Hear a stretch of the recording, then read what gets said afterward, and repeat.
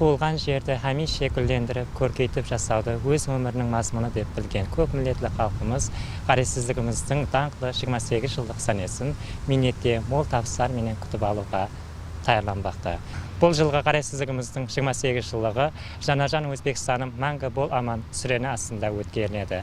Бүткіл еліміз бойлап кең көлемдегі құрылыс дөретушілік істері, абаттандыру жұмыстары қызғын пәтерлерменен алып барылмақта. Бұндай жаңалануларды мемлекетіміздің ең шеткі аймақтарында да сезуімізге болады. Мәселен, пікіріміздің дәлелі сыпатында бүгінгі күнде Мойнақ районында жүз беріп атырған түпкілікті өзгерістерді атап көрсетсек арзиды.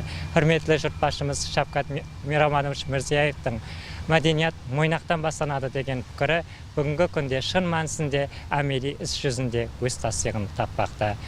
Бұндай этибардан әлбетте Мойнақлардың қуанышы шексіз. Осы орында сүйікті шайырымыз Өзбекстан қаһарманы Ибраим Юсуповтың мына қатарлары есімізге түседі. Сайыр етіп мен сахар уақта, кірдім бір ажайып баққа, жапырақ жамылып аулақта. Бүлбүллерге сыбырластым, самал менен сыр-сырластым. Бүлбүл айтар ұсы бостан, мені тартты озал бастан. Сол ұшында бір тынбастан, сайрай-сайрай есім кетер, әуес артар, оннан бетер. Науайының ұрпақтары, қолларында тілі тары, қызғын мүшайралары, бұл мәжіліске кірдім мен хам. Соныңдай ажайып бостан, тариф етсем таусалмаспан, өзге емес, өз жанымсаң, көззал Өзбекстанымсаң. Көкте пәруаз әйлеген құсқа да еркінлік керек.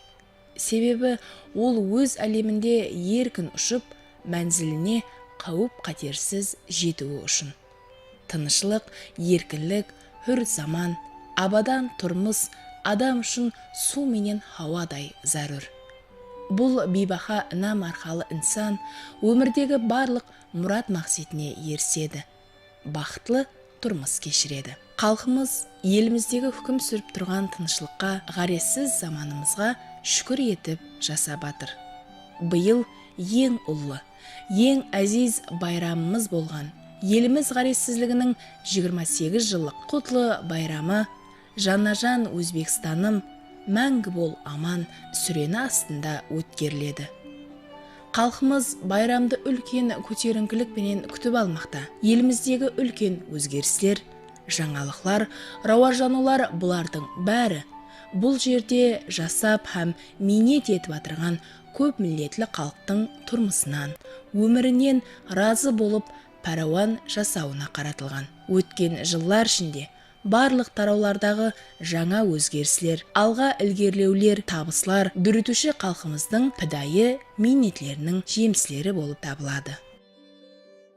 Міне осындай мақтаныш сезімдері бүгінгі күнде әрбір замандастарымызды толқындырары сөзсіз. Мәселен, жастардың тәлім тәрбиясына байланысты олардың бәнтлігін тәминлеу, талант ұқыптылықтарын жүзеге шығару үшін имканиятлар жарату мемлекеттік саясаттың ең басты бағдарларынан біріне айланды.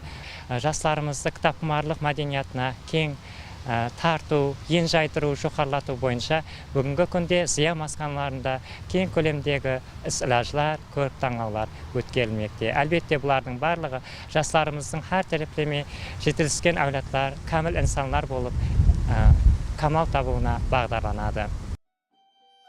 Ғаресізлік инсан өмірі үшін таптырмас байлық. Әр таңда құяш әйнегімізден зер шапағын шашып, шаңарағымызға мехір нұрларын үлестірмекте. Шүкірлік етеміз. Осындай әжайып күндердің, хүр заманның бақытлы адамлары болу біз һәм сізге несіп еткен. Аспаны ашық, ғаресіз отанымызда әр бір күніміз жаңа жаңалықлар менен басыланбақта. Елімізде дөретуші жастарды қолдап қуатлау, олардың дөретушілікпенен шұғылланулары үшін барлық шараятларды жарату, өсіп жатырған жас әулетті мәнәвиятлы